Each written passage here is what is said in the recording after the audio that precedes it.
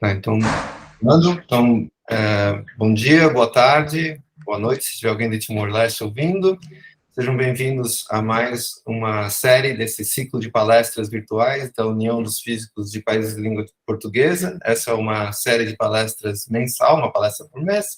Na primeira quinta-feira de cada mês, nós temos um convidado para fazer uma apresentação.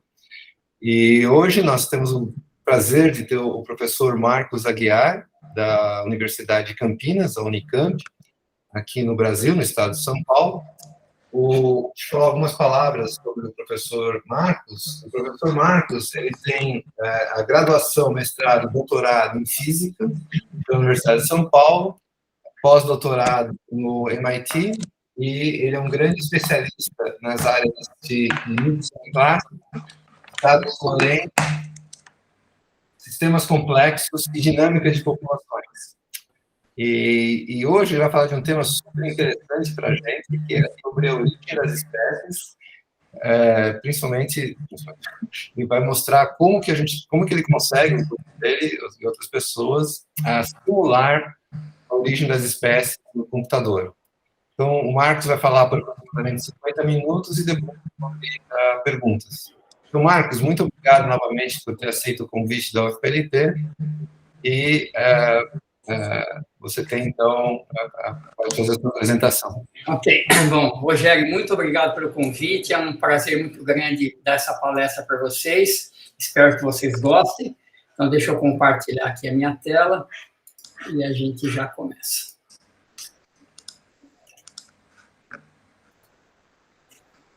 Deixa eu colocar no modo tela cheia, que eu acho que fica melhor. Muito bem, então, como o Rogério falou, eu sou físico, eu trabalho em física há muito tempo, mas já há uns bons anos, 10 ou 15 anos, que eu tenho me interessado por esse problema de dinâmica de populações, de teoria de evolução, e o meu interesse maior sempre foi na parte de tentar entender como que ocorre a origem das espécies, o que é chamado em biologia do processo de especiação, quando uma espécie acaba se ramificando, dando origem, então, a espécies diferentes, né, aumentando, então, a diversidade. Então, o que eu preparei para vocês aqui hoje é uma coisa bastante qualitativa, eu vou tentar dar uma ideia dos problemas por trás dessa questão e das contribuições que nós temos dado, então, com o meu grupo de alunos e de colaboradores ao longo desses últimos anos. Marcos, então, só falando que não está em tela cheia, tá? Não está em tela cheia? Eu não estou vendo em tela cheia, não sei se a Graça está vendo. Não, para mim está em tela cheia. Deixa eu tentar mudar, então. Como que eu faço aqui? Eu estou vendo em tela cheia. Talvez, deixa eu tentar. Eu vou tentar de novo com uma janela, senão eu compartilho toda a tela. Agora, como está? Ainda está sem tela cheia. Então eu vou tentar compartilhar toda a minha tela.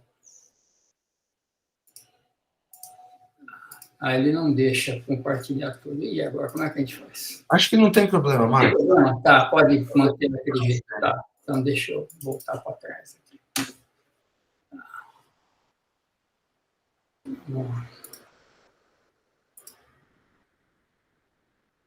Dá para ver? Tá ok? Tá ok. Eu posso tentar só fazer uma coisa, então, para melhorar. Melhora assim? Melhora. Tá, deixa eu aumentar o máximo que eu posso ainda na tela simples. Ok. Então, vamos lá. Então, eu dividi esse seminário, então, em 3 partes. Eu vou fazer primeiro uma introdução e uma motivação de por que é interessante ainda estudar esse processo. Depois eu vou falar do nosso trabalho, eu vou mostrar para vocês um modelo que nós propusemos para estudar a evolução e esse processo de especiação no computador e algumas aplicações desse modelo em diferentes contextos. Eu não sei se vou conseguir falar de todas, mas vamos ver até onde a gente consegue ir. Bom, a motivação, assim, talvez primeira desse estudo é que o processo evolutivo principalmente em organismos que têm reprodução sexuada, é um processo muito lento, né? Ele está numa escala de milhões de anos. E você fazer experimentos nessa escala não tem como. São experimentos muito restritos que a gente pode fazer, usualmente com bactérias, com vírus, que são organismos que se reproduzem por clonagem. Então, a simulação no computador passa a ser muito importante, porque você pode testar a influência de diversos parâmetros né, de uma forma mais rápida. Então, deixa eu começar falando um pouquinho sobre evolução por seleção natural. A gente falar de origem das espécies, o primeiro nome que vem na nossa cabeça é o do Darwin, e ele foi o cara que deu as bases dessa teoria que a gente desenvolve até hoje. Então, deixa eu dar um exemplo da evolução das baleias, que está ilustrada aqui nesse diagrama. Então, se a gente pudesse voltar ao passado e olhar para essas populações há cerca de 40 milhões de anos atrás, o que a gente veria é uma população de animais que se parecem com um porco, um cachorro, uma coisa desse tipo, um mamífero que vive na Terra e que se alimentava, né, a partir de um certo momento, começou a se alimentar de frutos do mar. Então, se a gente pudesse, de fato, olhar essas populações, aí nós veríamos duas coisas importantes.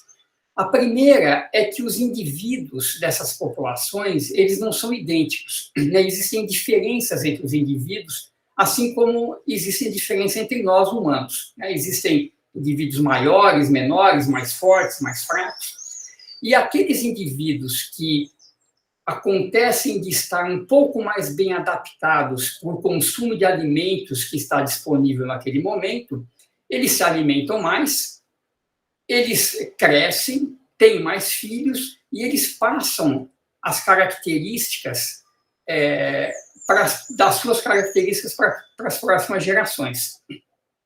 Certo? Então, aqueles indivíduos menos adaptados ao ambiente, eles, em geral, têm poucos filhos ou não têm filhos, às vezes nem chegam à idade reprodutiva, aquelas características somem e só as características que são úteis, que são importantes naquele momento, são passadas para frente. Em cima disso, a gente ainda tem o processo de mutação. Então, particularmente durante a reprodução, onde o DNA dos pai e da mãe se combina para produzir os filhos, podem acontecer erros de duplicação de DNAs, esses erros introduzem mutações, e essas mutações, então, introduzem novidades na população. Então, se a gente compara a população numa geração e a população na geração seguinte, elas não são equivalentes, né? Parte das características desapareceram por seleção natural, e novas características foram introduzidas pelo processo de mutação. Aquelas características novas que são úteis para os indivíduos, elas permanecem, elas vão permitir aos indivíduos que se alimentem ainda melhor, tenham ainda mais filhos, e esse processo vai continuando, e essas características dos indivíduos vão mudando ao longo do tempo.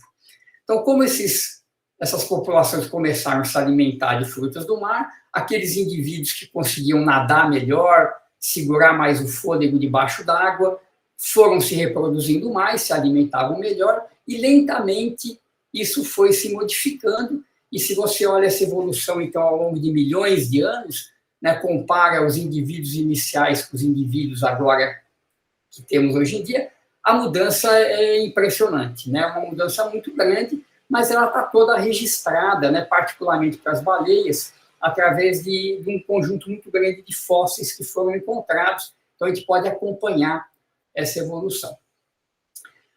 O que acontece é o seguinte, se a gente olhar com um pouco mais de cuidado esse processo, nós vamos ver que evolução é mais do que a mudança das características de uma população ao longo do tempo.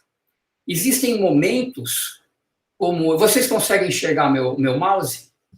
Consigo. Tá. Então, vocês vão ver que existem momentos ao longo da evolução onde essa população que estava evoluindo por seleção natural, ela se ramifica em duas. Tá? Então, uma parte da população segue um caminho, uma parte da população segue um outro caminho evolutivo. Então, esse tipo de processo, isso é o processo de especiação, e esse é o interesse principal desse seminário. Então, a pergunta é, por que uma população que estava, então, sofrendo essas pressões seletivas do ambiente, né, essa necessidade de se adaptar ao ambiente, está evoluindo de acordo com a evolução do próprio ambiente, por que, de repente, uma parte da população segue um caminho e uma parte segue outro caminho? Então, essa é a grande questão que Darwin, desde do princípio, entendeu que era uma questão fundamental, mas, obviamente, ele não tinha o conhecimento da genética que a gente tem hoje, então ele fez apenas discussões parciais, né, sobre esse processo de especiação. Então, como é que a gente pode entender isso? Então, por muito tempo, até talvez uns 50 anos atrás, os biólogos acreditavam que só poderia ter um processo que levaria à especiação. E esse processo é o isolamento da população através de barreiras geográficas. Então, a ideia é a seguinte: se você tem uma população que, de repente, é separada em duas por um fenômeno físico, por exemplo, um terremoto ou alguma coisa acontece que aparece um rio e separa essa população, uma parte fica na margem direita, uma parte fica na margem esquerda, e essas duas populações perdem totalmente o contato. As condições climáticas, de umidade, de alimentos, numa margem, pode ser um pouco diferentes das condições na outra margem. Então, as adaptações ambientais dessas duas populações começam a ficar diferentes. Uma se adapta mais aqui, outra se adapta mais ao outro lado.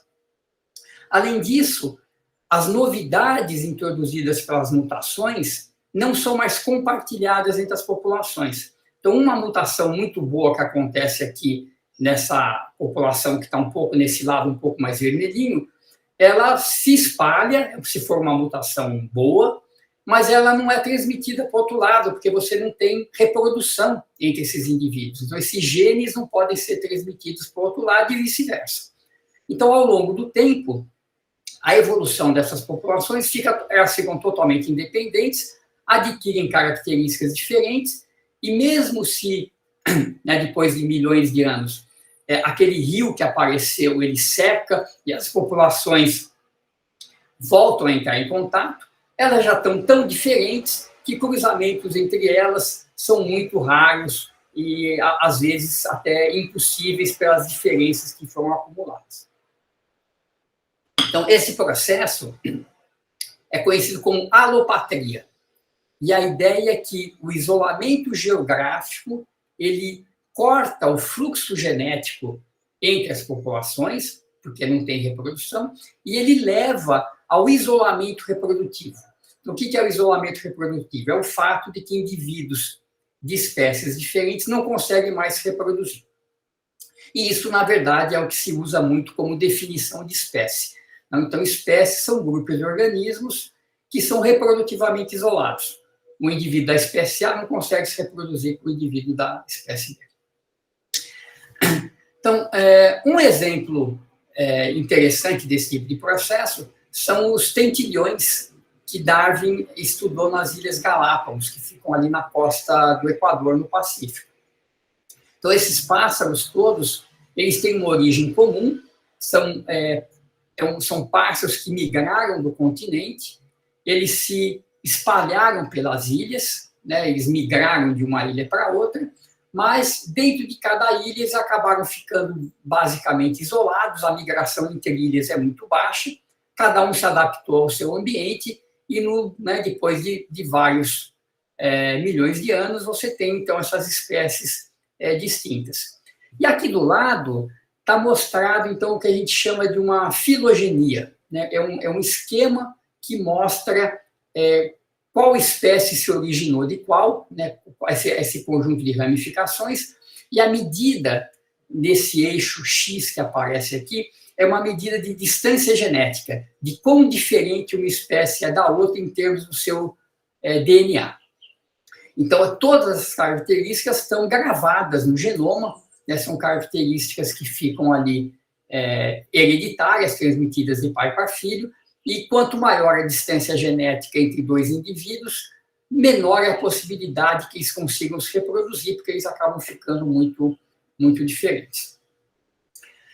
Um outro exemplo interessante é o que acontece nesses lagos da África, o Lago Vitória, o Lago Tanganica, onde você tem um número muito grande de espécies desses peixes que chamam ciclídeos, e acredita-se que essas espécies todas tiveram também uma origem comum, né?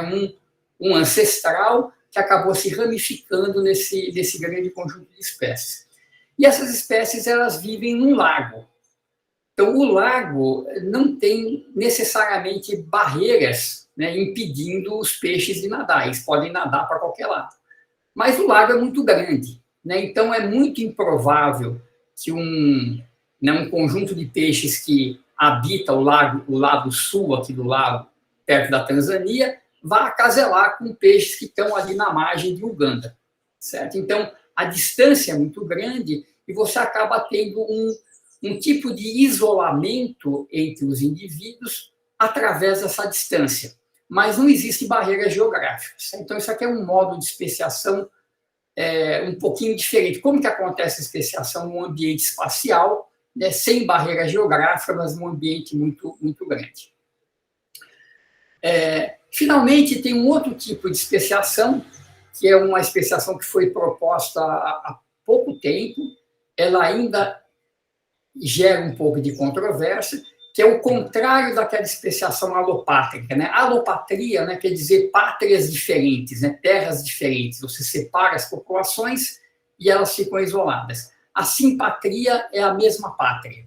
Então, todo mundo mora no mesmo lugar, não tem absolutamente nenhum tipo de restrição ao acasalamento, está todo mundo no mesmo bolo, mas o que acontece é que pode haver uma competição muito grande por recursos. Então, a ideia aqui, muito rapidamente, para não me estender muito, é assim: suponha que você tem uma população de pássaros, e esses pássaros têm bicos de tamanhos diferentes. Esses tamanhos de bicos estão associados a uma distribuição de recursos que a gente pode pensar como sementes de tamanhos diferentes que eles consomem. Então, imagina que tem muita semente de um tamanho médio, tem pouca semente grande e pouca semente pequena. Então, a população se adapta de modo que a maioria dos indivíduos vai ter o bico do tamanho médio para consumir a semente mais abundante. No entanto, o que esses autores mostraram é que se a competição por recursos é muito intensa, então se tem poucos recursos, por exemplo, é mais vantajoso você ter um bico de tamanho extremo, né, um bicão ou um biquinho, onde tem menos comida, mas tem menos competição também. Então, nesse tipo de situação, que eu não vou descrever com muito detalhe, a evolução pode acontecer como ilustrado aqui nesse painel da direita. A população, por exemplo, você começa com uma população de bicos muito grandes, os bicos evoluem de forma a vir para o bico médio, que é onde tem mais comida, mas essa situação de bico médio é instável por causa da competição e a população bifurca e numa população de biquinho, uma população de bicão. Então, aqui seria um exemplo onde competição intensa pode gerar esse processo de diferenciação de um grupo em dois subgrupos diferentes. Isso poderia levar também à especiação. Muito bem, então, se a gente resumir essa introdução, a gente pode perguntar qual que é o papel do espaço nessa questão. Então, a gente tem desde a alopatria, que precisa de um isolamento geográfico muito grande. A gente tem a simpatria, que não inclui o espaço, mas você tem outros ingredientes, como competição. E a pergunta é, né, naquele exemplo do Lago Vitória, por exemplo, será que o próprio espaço pode agir como uma barreira ao fluxo genético, impedindo que indivíduos muito distantes acasalem? Né? E tem outras perguntas. Qual é o papel da taxa de mutação? Qual é o papel do número de genes que está envolvido nesse processo? Qual é o papel da densidade populacional, do ambiente, da competição? Então, tem uma série de questões que estão envolvidas na dinâmica dessa população que podem afetar o processo. E, finalmente, a outra pergunta que é mais complexa, mas é muito interessante, é a gente, quando vai estudar, né, essas espécies hoje, nós não temos acesso à história. O acesso à história passada é muito restrito, porque os fósseis, em geral, são muito poucos. Então, a gente olha a população que a gente tem hoje. Então, por exemplo, nós podemos estudar os macacos aqui, as espécies de macaco na América do Sul. Sabe que olhando, fazendo uma análise genética e uma análise da distribuição geográfica dessas populações, a gente pode reconstruir as suas árvores filogenéticas e entender o papel de cada um daqueles ingredientes, mutação, número de genes, para que a gente chegasse no que a gente vê hoje em dia, né? Então, essa é a ideia, essa é a motivação de entender esse trabalho. E como isso, né, experimentos, como eu comentei, são muito difíceis, a gente vai partir, então, para simulações do computador para tentar, então, contribuir para a compreensão dessa questão. Então, muito bem. Então, o que eu vou mostrar para vocês agora nessa segunda parte é um modelo que nós propusemos, é um modelo bastante simplificado para estudar a evolução de populações, mas que tem ingredientes que a gente pode explorar e responder algumas dessas perguntas, pelo menos. Então, esse modelo eu vou explicar agora com detalhe. Ele vai ser um modelo baseado em indivíduos, então a gente vai realmente simular a evolução de uma população onde cada indivíduo vai ser acompanhado. Ele vai ser um modelo espacial, então a gente quer entender o papel do espaço, e ele vai ser um modelo geneticamente explícito, a gente vai modelar também o DNA de cada indivíduo. Tudo de forma bastante simples, esquemática, e depois a gente vai complicar um pouquinho o modelo conforme a gente avança. Então, ele funciona da seguinte maneira. Nós temos, então, uma população finita, nós temos N indivíduos distribuídos no espaço. Então, os indivíduos são esses pontinhos vermelhos que aparecem aqui, e o espaço é um quadrado, L por L, com condições periódicas de contorno. Então, na verdade, é um toro, né? Um mundo toroidal. Depois nós vamos mudar um pouquinho essa representação. Então, além de a gente falar de vacas esféricas no vácuo, essas vacas esféricas moram no mundo toroidal, né? Então, é bem abstrato, mas a gente vai ver que dá para tirar algumas informações aqui. Cada um daqueles indivíduos, aqueles pontinhos vermelhos, né, ele vai ter um genoma. Esse genoma, então, vai ser representado. Então, o que é o nosso genoma? O nosso DNA é uma cadeia de moléculas que a gente representa com as 4 letras principais, CGTA. Aqui a gente vai fazer uma representação muito mais simples, vai ser uma cadeia com só 2 possibilidades, com 2 letras apenas, 0 e 1, que é mais fácil de modelar no computador. Dá para fazer também com 4 letras, mas é mais fácil fazer assim. E esses indivíduos vão ser haploides, ou seja, vão ter só uma cópia do DNA. Nós somos indivíduos diploides, né? Nós temos 2 cópias de cada cromossomo, que a gente herda do pai ou da mãe. Aqui a gente vai simplificar, vai ter uma cópia só. Então, o número de genes, então, vai ser B. Então, cada um desses genes a gente chama de um bit, né? Ele pode ser 0 ou 1. Então, é como se fosse o Azão e o Azinho da genética. Azão, Azinho, Bzão, Bzinho, Czão, Czinho. A gente chama tudo de 0 ou 1 em cada uma dessas posições. E esses indivíduos vão ser hermafroditas também. A gente não vai separar, por enquanto, entre machos e fêmeas. Tá? E todas essas coisas podem ser colocadas uma vez que a gente entende o modelo básico. Então, como é que funciona a evolução da população? Nós vamos simular a evolução da população através de reprodução sexuada com recombinação e mutação. Então, a gente vai pegar cada um desses... Então, a população, numa certa geração, vai ser substituída por uma nova população na geração seguinte. E a substituição vai ser assim. Cada indivíduo vai ter uma chance de se reproduzir. Então, esse indivíduo que está aqui no centro desse círculo vai, por exemplo, se reproduzir. Então, ele vai olhar para todos os outros indivíduos que estão numa certa vizinhança da sua posição central. Essa vizinhança tem um tamanho, um raio S. Esse raio é um parâmetro do modelo, a gente pode fazer ele muito pequeno ou muito grande. mas ele só pode se reproduzir com indivíduos dentro desse raio S.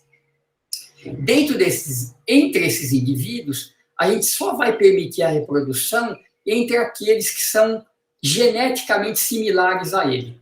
Lembra dos tentilhões de Darwin? Se você tem uma distância genética muito grande, você é incompatível, você não se reproduz, você está numa outra espécie. Então, esse indivíduo vai olhar para todo mundo em volta dele, aqueles cuja distância genética for menor do que um certo tanto, que a gente chama de G, é o limiar de diferenças genéticas permitidas, é um potencial parceiro para ele. Então, como é que a gente calcula essa distância? Você pega o genoma do indivíduo focal, pega o genoma de um vizinho e simplesmente conta o número de genes diferentes. Eu tenho um aqui, vou ter mais um aqui, mais um aqui. Eu tenho 3 diferenças nessa representação. Se o meu G for 5, então 3 é menor que 5, ele é compatível, ele pode se reproduzir.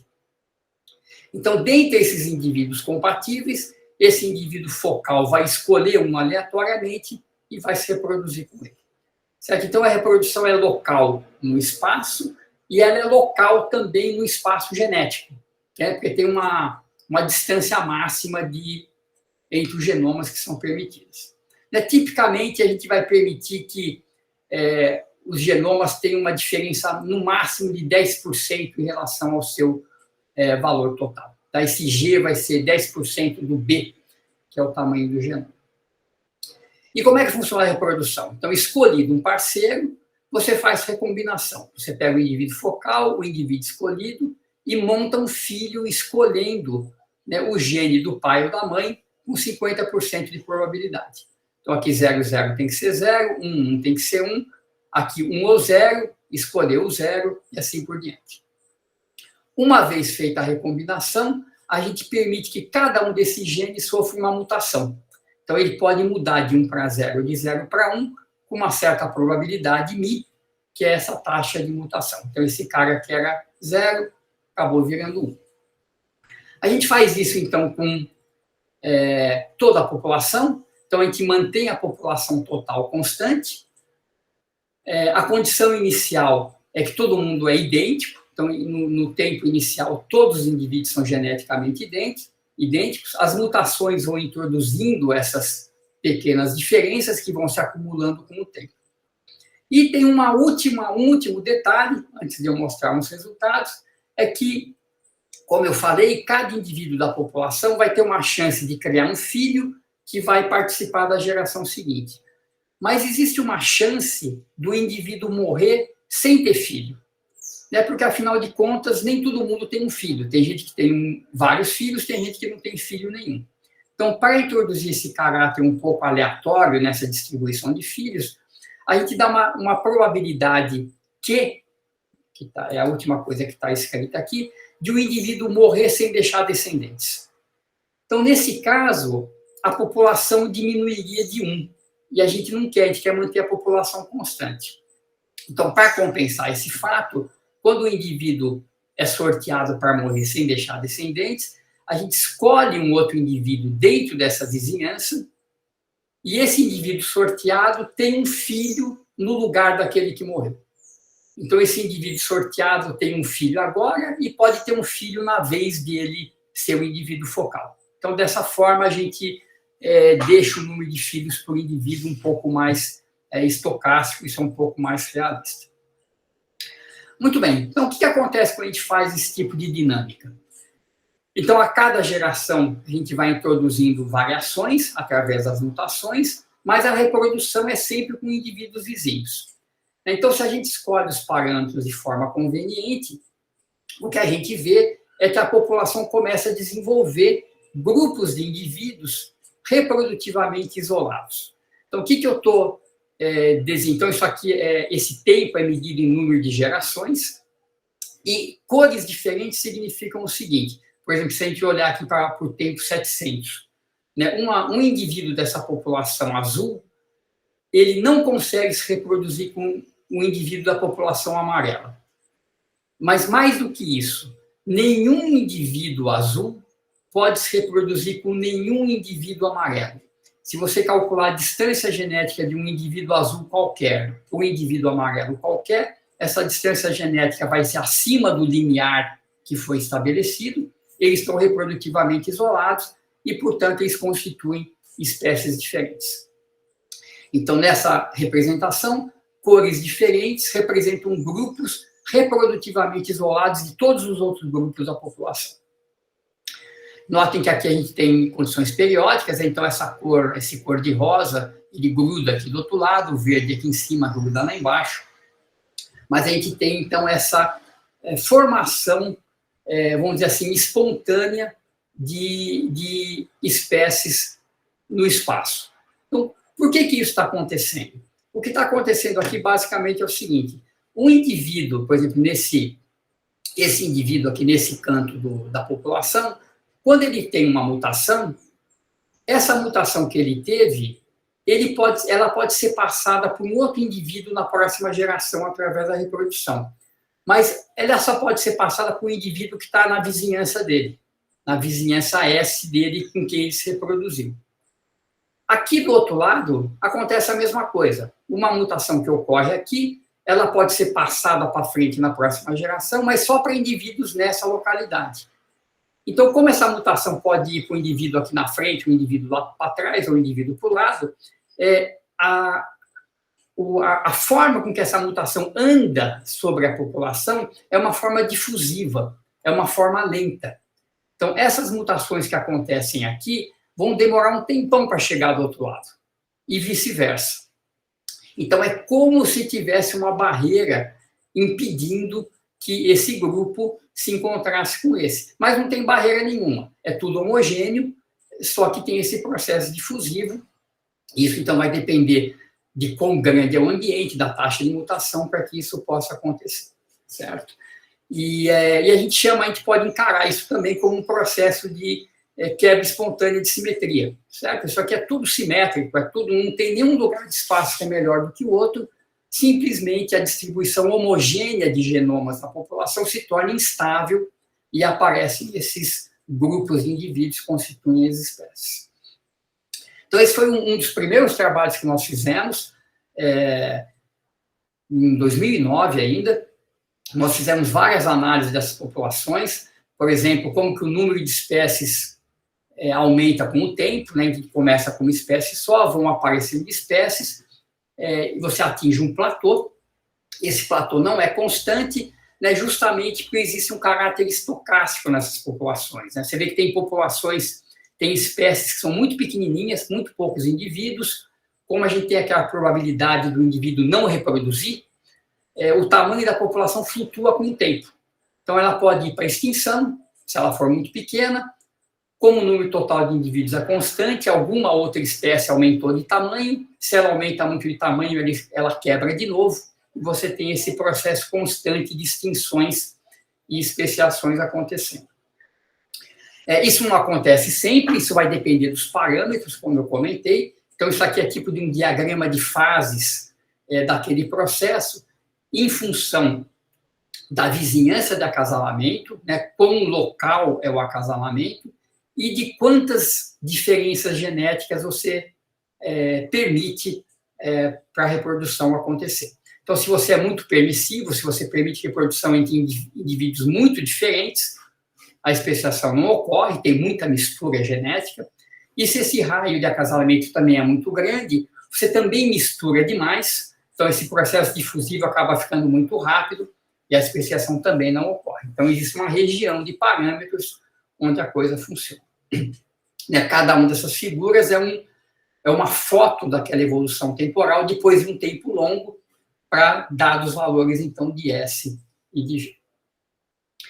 Tem outras coisas que a gente pode fazer, eu vou acho que passar um pouco mais rápido, porque eu quero falar de outras coisas. A gente pode comparar isso com dados reais, a gente pode, por exemplo, calcular o número de indivíduos de cada espécie, a gente vê que tem espécies grandes e espécies pequenas, então a gente pode fazer distribuição de abundância e comparar com dados reais, a gente pode fazer amostragens de quantas espécies a gente encontra em determinada área desse espaço. Eu vou pular um pouquinho isso daqui, para a gente poder avançar um pouco e ver as coisas mais recentes. Mas, em conclusão dessa parte, esse modelo é um modelo bastante simplificado, mas que permite a gente fazer alguns estudos simples, né, desse processo de especiação e ver o papel de diferentes parâmetros no número de espécies geradas, na forma da curva de abundância, etc. Muito bem. Então, dado esse modelo base simples, eu queria falar de algumas aplicações mais recentes que nós fizemos. Eu acho que eu não vou conseguir chegar na última, mas pelo menos as 3 primeiras eu acho que dá para falar. Então, a primeira aplicação foi numa estrutura chamada de espécies em anel. E ela é a seguinte. Então, isso aqui que vocês estão vendo, isso aqui é tirado de um trabalho de 2005, e ele mostra, então, uma região aqui grande da Ásia, e toda essa área colorida é a área onde você encontra esses pássaros, chamados de greenish warblers, que eles habitam toda essa região colorida que está mostrada aqui. Vocês notem que tem uma falha desse lado leste, que é uma falha recente. Eu vou pedir para vocês imaginarem que isso aqui ainda está conectado. Isso aqui é um deflorestamento recente que os pássaros agora não existem mais nessa região. Mas a história desses pássaros é a seguinte. Há cerca de 10 mil anos atrás, os pássaros só viviam nessa região amarelinha ao sul do Planalto do Tibete, do platô do Tibete. E todo o resto, então existia uma pequena floresta aqui, e todo o norte dessa área ainda estava congelado, era o final da última glaciação. O que aconteceu foi que, com o término da glaciação, o gelo foi recedendo, e a floresta que só existia aqui, ela foi se expandindo junto com a floresta. Só que a floresta não conseguia penetrar no platô do Tibete, porque aqui é uma área muito seca. Então a floresta se expandiu para oeste, se expandiu para leste, e depois de 2 mil anos, a floresta se fechou aqui na região norte. E junto com a expansão da floresta, os pássaros também se expandiram. Então os pássaros vieram por aqui, outro conjunto começou a acompanhar a floresta pelo outro lado, e ao longo desses 2 mil anos, eles foram se modificando. Então, esses diagramas que vocês veem aqui é um esquema, tipo de uma análise de Fourier ou algo desse tipo, do canto dos pássaros. E você vê que o canto dos pássaros se modificou de tal forma que, quando eles se encontraram ao norte, depois de 2 mil anos, eles estavam tão diferentes que eles não conseguiam mais reconhecer como sendo da mesma espécie. Então, quem observa os pássaros aqui em cima, pensa que existem 2 espécies. A espécie que canta desse jeito, a espécie que canta do outro jeito, e eles não se reproduzem uns com os outros. No entanto, os pássaros aqui da área azul, eles cantam muito parecido com os pássaros da área verde, então eles se reproduzem. Verde com amarelo também, amarelo com laranja também, laranja com vermelho também. Então você tem um contínuo reprodutivo ao longo do anel, mas uma quebra reprodutiva no norte. Então essa é uma estrutura muito rara, que é chamada de um anel de espécies. E nós tentamos, então, reproduzir essa estrutura com o nosso modelo e tentar entender um pouco por que ela é tão rara. Então, nós fizemos aqui a nossa simulação, nós modificamos o modelo anterior, agora o espaço não tem mais condições de contorno periódico, isso aqui são paredes, né? A gente colocou uma área proibida aqui no meio para representar o platô do Tibete, e colocamos uma área proibida a mais aqui em cima para poder construir esses 2 bolsões que a gente vê aqui na área azul e na área vermelha. E a população agora não é mais constante, ela começa com uma pequena população de indivíduos idênticos ao sul, e a gente deixa essa população expandir de tal forma que, quando você tem uma região com uma densidade menor, a gente permite aos indivíduos que tenham um filho a mais. Então, eles vão preenchendo as regiões vazias e a população vai se expandindo. Então, essa aqui é uma primeira simulação. Então, a gente está vendo a expansão da população, depois de 500 gerações, e esse código de cores, ele marca a distância genética desses indivíduos em relação a um indivíduo de referência na frente de expansão, que está marcado com essa estrela preta. Então, a gente vê que...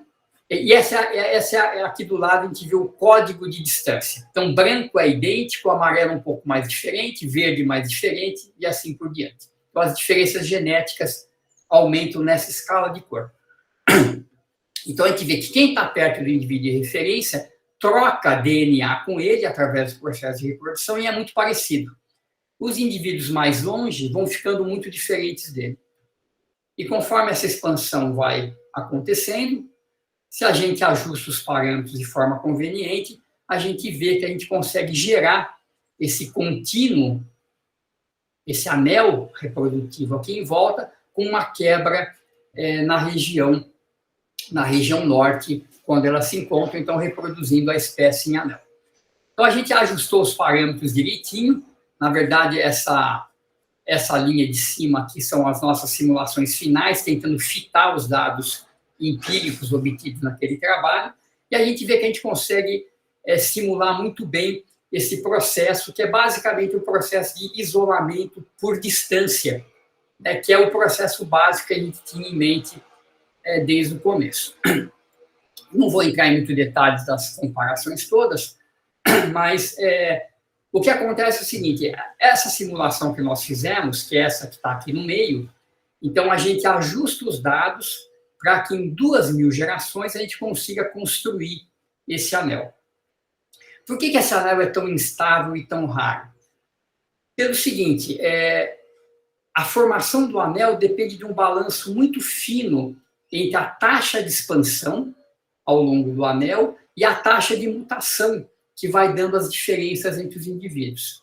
Então, se a taxa de expansão é muito rápida, não dá tempo de você acumular mutações suficientes e a população se junta numa espécie só.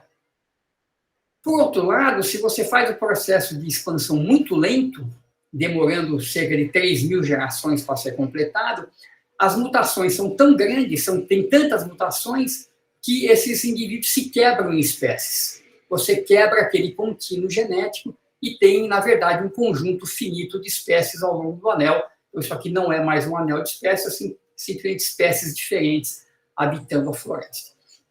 Então, esse balanço muito fino é o que está por trás do fato dessa estrutura ser tão rara. E aqui eu quero mostrar para vocês uma brincadeira que nós fizemos, nesse caso de múltiplas espécies. Então, imagina que a gente faz, então, entendido o problema da espécie em anel, vamos olhar para um caso onde você, em vez de formar o anel, você forma várias espécies durante esse processo de expansão.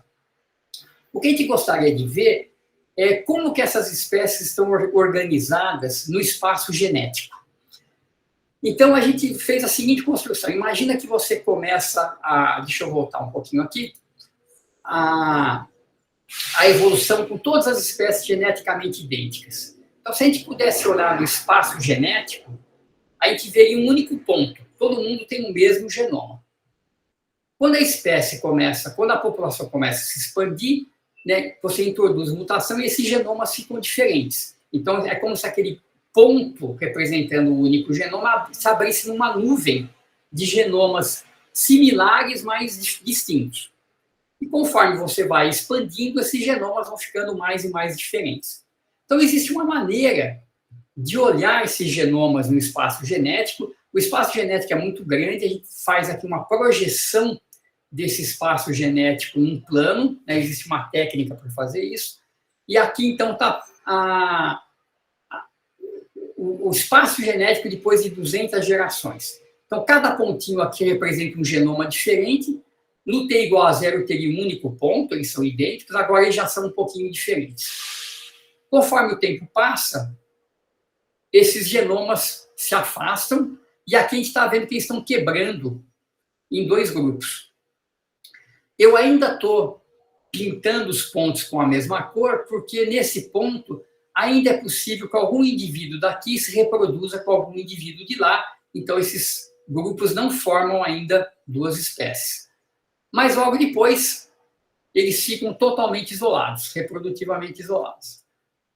Eu continuo evoluindo, a gente vê que aqui está querendo quebrar de novo, e, de fato, eu quebrei agora em 3 espécies. Note que isso aqui é uma projeção, então o fato de um estar em cima do outro é um artefato da projeção que eu estou fazendo. Mas esses grupos estão distantes do espaço genético, e a distância entre eles é maior do que aquele parâmetro G que a gente impõe no modelo. E a gente vai fazendo isso até um certo instante. Então, eu fiz aqui até 2.500 gerações, onde eu tenho essas 3 espécies formadas. Agora, numa próxima figura, o que eu vou fazer é pegar todos esses slides, né, esses cortes que eu fiz das populações em tempos diferentes, e colocar um em cima do outro. Foi até 3.000. E aí, o que eu vejo é isso. Ó. Então, aqui, o que eu estou fazendo? Estou pegando cada fotografia das populações, estou empilhando, então, o tempo é o eixo vertical, então, cada corte que eu faço aqui é uma foto daquela. Então, aqui está o corte de uma população só, aqui o corte onde eu vejo a preta e a vermelha, aqui em cima o corte onde eu já vejo as 3 populações. E com essa representação, a gente consegue visualizar de forma mais concreta a famosa árvore filogenética do Darwin. E a gente percebe que, de fato, os troncos dessa árvore, eles não são fininhos, eles têm uma largura, porque você tem diversidade dentro da população. Então, os indivíduos dentro de cada espécie, eles não são idênticos, e é essa variabilidade que acaba sendo importante nesse processo de especiação. Muito bem. Então, para terminar, meus últimos minutinhos, meu tempo já está terminando, eu vou passar assim, muito rapidamente por isso. Uma coisa que também nós estudamos foi justamente propriedades dessas árvores filogenéticas. Então, como isso aqui é uma simulação, nós temos controle de tudo. Então, a gente sabe exatamente quando que a população quebrou em 2, então eu posso ir montando aqui a minha filogenia. Eu tenho uma espécie, aqui ficam 2, continuam 2 espécies, aqui a espécie laranja quebrou em 2, então eu faço uma ramificação aqui, a espécie vermelha foi para extinção, então eu posso gerar essas filogenias acompanhando a minha simulação. E nós fizemos isso com uma série de simulações, eu vou pular aqui os detalhes, vou passar direto para os resultados. Então, a gente constrói essas simulações, constrói essas árvores filogenéticas e a gente analisa a estrutura topológica dessas árvores. Você vê que você pode ter filogenias que são muito balanceadas ou filogenias desbalanceadas. Você pode ter também filogenias onde as especiações ocorrem no início ou ocorrem mais no fim. Então, tudo isso pode ser quantificado, né? Existem maneiras de quantificar essas propriedades. A gente pode calcular essas propriedades a partir das nossas simulações, né? Então, a gente tem uma simulação, a gente gera a filogenia, calcula esses índices de balanço e de momento onde a especiação ocorre para cada conjunto de parâmetros, analisa, então, o papel, por exemplo, daquele raio de acasalamento nesses parâmetros. Por exemplo, a gente vê que quando a gente aumenta aquele raio de acasalamento, ele não afeta o balanço, esse N é um índice que mede o balanço, mas ele afeta o momento que a especiação ocorre. Aqui as especiações ocorrem no início, aqui acaba acontecendo um pouco mais no fim. A gente pode fazer isso com vários parâmetros do modelo e ver como que eles influenciam a filogenia. E a ideia de tudo isso, aqui vai ser meu último slide, que eu já estou em cima da hora, é fazer um gráfico, então, né, para cada simulação que a gente faz, para cada conjunto de parâmetros, de como que eles afetam o balanço, então aqui mais balanceado, aqui mais desbalanceado, ou o tipo de especiação que a gente acontece, mais no início, mais no fim, e compara isso com filogenias empíricas. E a gente tenta ver se essas filogenias, aonde que elas caem nesse diagrama, e tenta inferir, por exemplo, se a especiação foi com reprodução muito localizada, se ela foi reprodução mais global, e assim por diante. Eu vou deixar aqui, eu não vou entrar em mais detalhes, eu vou vou parar já para deixar para perguntas, mas outros, só para comentar rapidamente, o último trabalho que nós fizemos foi analisando interações entre DNAs que estão no núcleo e DNAs que estão na mitocôndria. Esse aqui é um trabalho fresquinho que está para sair na semana que vem. Mas eu vou parar por aqui, vou deixar para perguntas, porque ficam muitos detalhes e eu acho que acaba ficando muito denso.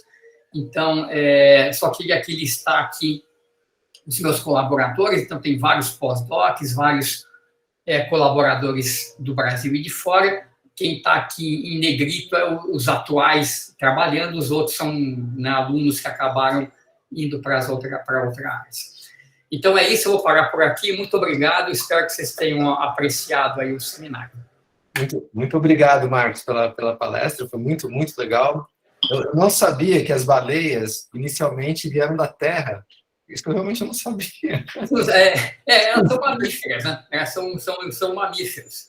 Então, eles precisam respirar, né? Tanto é que eles têm que toda hora subir para respirar e afundar de novo. É muito, muito impressionante, né? É impressionante. Essas evidências são realmente incríveis. É muito legal. Bom, vou abrir para perguntas, antes que as pessoas façam. Então, vocês vão pensar em perguntas. Eu tenho uma pergunta, ou talvez uma ou mais. Isso é muito interessante, essa dinâmica de populações, e certamente, hoje em dia, principalmente com a Covid, as pessoas estão muito atentas a populações de vírus, não de pássaros, etc. Eu tenho certeza que você já pensou nisso. Então, se você pudesse falar um pouco sobre as suas ideias, sobre a possibilidade de estudar essa dinâmica de usando computadores e o que a gente poderia extrair disso, seria muito legal. Então, nós fizemos um trabalho, na verdade, tem um aluno de doutorado que fez um trabalho sobre isso, justamente tentando simular as mutações da Covid. E a ideia é que, bom, o vírus é um pouco diferente, porque a reprodução é simplesmente, você faz uma cópia do vírus e essa cópia tem erros, né? Você não tem a recombinação. Mas o que nós fizemos foi pegar uma população, por exemplo, o que nós fizemos foi o seguinte, nós imaginamos um conjunto de cidades, e onde a epidemia começa numa dessas cidades, se espalha pela cidade e, de repente, ela é transmitida para a cidade vizinha. E depois dessa cidade, a mesma coisa acontece, vai para a terceira, vai para a quarta, nós temos até 4 cidades. E os vírus vão mutando. E o que a gente tentou ver é qual que é a distribuição de mutantes em cada cidade. Quão diversa é a população de vírus em cada cidade. E mais do que isso, quão diferente é essa população, por exemplo, comparando a primeira cidade original com a última, que está lá na frente. Porque quando essas diferenças são muito grandes, você pode supor que aquele vírus é uma nova, como é que chama? Uma nova cepa. Uma nova cepa, isso. Cepa, é isso. Então, se esse indivíduo da quarta cidade viajar para a primeira, ele pode contaminar e o processo vai recomeçar. Então, a gente fez um estudo sobre isso, dependendo da estrutura da população em cada cidade, de quão conectadas elas são. Então, quanto menos conectadas elas são, pior, na verdade, porque dá mais tempo das mutações acontecerem. Então, é bem interessante, só que nós fizemos todo esse cálculo num esquema neutro, né? As mutações são todas neutras, a gente não sabe qual que é a mutação que vai ser crítica, que vai realmente desencadear uma coisa nova. A gente só fez uma análise de número de mutações, de comparar populações de vírus de diferentes localidades. Muito legal. Então, a solução é isolar todo mundo. É o que a gente... Tá bem. O Horácio quer fazer uma pergunta? Pois não? Tá. Eu vi no chat porque estou com alguns cortes e não sei se é a minha internet e poderia não ser claro. Mas, basicamente, se tentaram aplicar este modelo à espécie humana e tentar prever quantas gerações, desde que começou a globalização, permitirá, digamos assim, ou não, homogeneizar a espécie. Então, nós fizemos um estudo, na verdade, bem preliminar, foi mais ou menos um ano atrás. O que nós queríamos entender porque o que acontece? Se você tem uma cidade, uma única população, muito conectada, Então, uma pessoa infectada, ela transmite para os outros, todo mundo basicamente se infecta com o mesmo vírus. Enquanto a epidemia se espalha na população, não há tempo de ter muitas mutações. Agora, se você se você tem uma população pouco conectada, o vírus demora mais tempo para se propagar pela população. E esse tempo de propagação dá margem a mais mutações acontecerem. Então, se você tem um conjunto de, por exemplo, foi o que nós fizemos, uma coisa muito simples, uma cadeia linear de localidades. Então, você começa a epidemia aqui, quando a epidemia aqui está quase acabando, você passa para a cidade seguinte. Então, a segunda cidade já pega um vírus diferente do original. E aí esse vírus se modifica mais. Passa para a terceira, se modifica mais ainda. Então, quando chega na quarta cidade, ele está muito diferente do vírus original. E quão diferente ele vai estar, vai depender de quão conectadas essas cidades estão. Então, se elas são fracamente conectadas, o que nós vimos nas simulações é que as diferenças vão ser maiores. Então, é aquela coisa que uma cepa se desenvolve em algum lugar, né, e depois esse indivíduo viaja para um lugar onde já teve epidemia e a coisa recomeça tudo de novo. Né, mas a dificuldade desse tipo de modelo é que as mutações não são neutras, né? Existem mutações que são críticas. Então, se acontece alguma mutação numa proteína que está ligada ao encaixe do vírus na célula, essa mutação pode ser fatal. É uma mutação que muda tudo. Né? Enquanto que a gente só está pensando que tudo é neutro, a gente conta o número de mutações, então é uma análise bem ainda preliminar. Obrigado, Marcos. Mais perguntas para o Marcos? Alguém tem mais uma pergunta? Rogério, posso só pôr uma questão? Claro. Eu penso que aqui será uma situação mais fácil, mas há um conjunto de doenças que são geneticamente transmissíveis e que se propagam ou por via da mãe ou por via do pai para uma criança. É possível mapear o que pode acontecer se não se tiver alguma previdência, quer dizer, se não se providenciar algum tipo de restrição a este grupo? Então, eu acho que sim. Eu nunca tentei trabalhar exatamente nessa área, mas a coisa acho que mais próxima que nós fizemos disso, que poderia talvez ser adaptada, foi esse último tópico que eu não tenho de falar, que são as interações entre o DNA nuclear da célula e o DNA da mitocôndria. Então, talvez nem todos saibam, nós temos dois conjuntos de DNA. Né? Nós temos um DNA que fica no núcleo, que são esses pares de cromossomos, que a gente recebe um do pai e um da mãe, mas tem um outro pedacinho de DNA que fica na mitocôndria e que vem somente da mãe. E o que acontece é que a mitocôndria é uma organela fundamental para a célula, porque ela que produz energia. Então, esse processo de produção de energia envolve genes, envolve proteínas produzidas pelos genes da mitocôndria, mas também pelo núcleo. Esses genes precisam interagir para que o processo de respiração ocorra. Então, o que acontece é o seguinte, se o seu DNA nuclear tem que estar muito bem ajustado ao seu DNA da mitocôndria. Se você sofre uma mutação na mitocôndria, esse ajuste pode ser ruim e o indivíduo tem problemas para produção de energia. E você vê que tem uma coisa muito curiosa que acontece, porque você imagina que eu tenho o meu DNA muito bem ajustado com a minha mitocôndria e a minha mulher também. Só que nós vamos fazer um filho, e o filho vai combinar nossos DNAs nucleares. E essa combinação pode não se ajustar bem com a mitocôndria da mãe, porque é a mitocôndria da mãe que vai ser passada. Então, você pode gerar incompatibilidades entre o DNA recombinado e o DNA da mitocôndria que só veio da mãe. Então, esse tipo de incompatibilidade foi isso que a gente tentou modelar, e ele pode gerar, inclusive, processo de especiação. Incompatibilidades, o filho morre e aquele acasalamento não é permitido.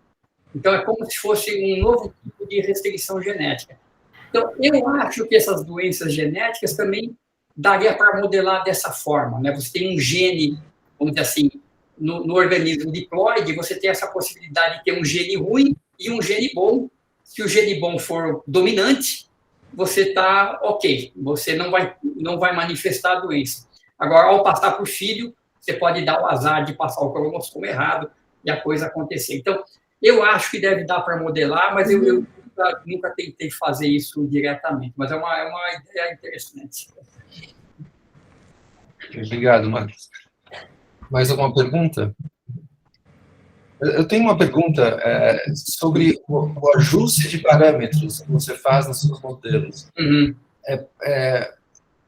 Porque esses parâmetros, você tem que, por exemplo, fazer várias simulações para diferentes parâmetros e aí fazer uma comparação com o que é observado e aí você faz o ajuste, assim que você... Tá. Você pegou uma pergunta muito crítica. Quer dizer, o que são essas coisas que a gente modela, né? Você vê que o modelo ele é muito simplista, né? Então, o que eu estou chamando de um gene, na verdade, será que é um gene mesmo? Ou será que é uma letra do DNA? O que é essa informação que eu estou modelando? Então, comparar diretamente, por exemplo, o que eu chamo de tamanho do genoma com o tamanho do genoma real é muito difícil. Então, o que a gente faz é explorar o espaço de parâmetros teóricos e ver em que regiões as coisas acontecem ou não, e ver se qualitativamente as coisas batem com o que é observado. Mas a gente não faz, por exemplo, as nossas taxas de mutação são bem maiores do que as reais. A gente usa taxas de mutação 10 a menos 4, a probabilidade de ter uma mutação. E isso, por exemplo, é muito menor, é 10 a menos 7, 10 a menos 8 em humanos. Então, mas se eu for fazer uma taxa 10 a menos 8, meu programa vai demorar um ano para rodar. Então, é tudo meio que reescalado para que eu consiga obter algum resultado interessante. Mas a comparação é feita no ponto de vista qualitativo. Por exemplo, a gente calcula as distribuições de abundância. Qual que é a probabilidade de uma espécie gerada ter tantos indivíduos? E isso a gente compara com os dados reais. E aí a gente vê que a forma da distribuição é bem razoável, ela tem uma forma que é essa log normal. Então, tem essas comparações qualitativas, mesmo no caso da espécie em anel. Então, a gente consegue comparar qualitativamente e ver que bate razoavelmente bem. Muito legal. Bom, a gente está chegando na hora aqui. Acho que realmente é fascinante esse tema de poder simular a origem e especiação das espécies e das cepas no computador. Isso é fantástico, isso realmente traz um avanço muito grande para a gente entender esses fenômenos que o Marcos descreveu aqui. Então, Marcos, eu queria, em nome da União de Físicos dos Países de Língua Portuguesa, agradecer a você novamente pela sua disponibilidade e agradecer a todos que participaram, lembrando que a gravação vai ficar disponível no canal de YouTube da União de Físicos dos Países de Língua Portuguesa, tá bem? Então, muito obrigado, Rogério, foi um prazer, foi realmente um prazer participar. Legal. Bom dia, boa tarde, boa noite, e a gente se vê daqui a...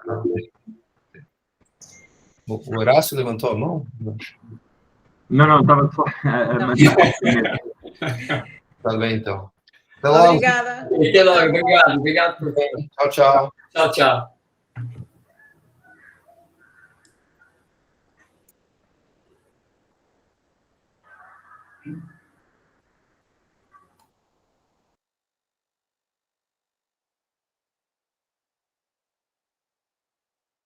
Não nada, igual a casa,